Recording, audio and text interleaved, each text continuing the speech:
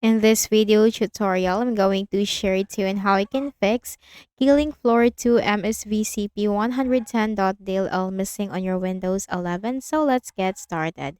The first thing that we need to know is the system type of our Windows. So go to the Windows search bar and type system information.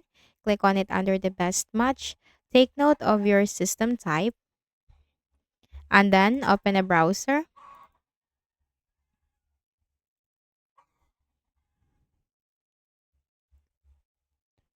Simply search for Visual C++ redistributable and hit enter. Click on the first option. Scroll down and you have to click the download link corresponding to your system type and then simply double click on it. Check this box. I agree to the license terms and conditions and click on install. So simply install it on your Windows 11. Next method, you can try to reinstall the program that is giving you the error. So click on the start button and then you have to go to settings.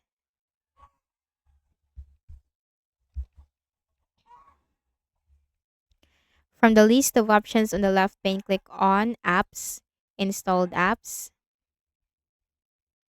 And then you have to click the three dots on the application that is giving you the error and simply click uninstall and then just reinstall it into your Windows.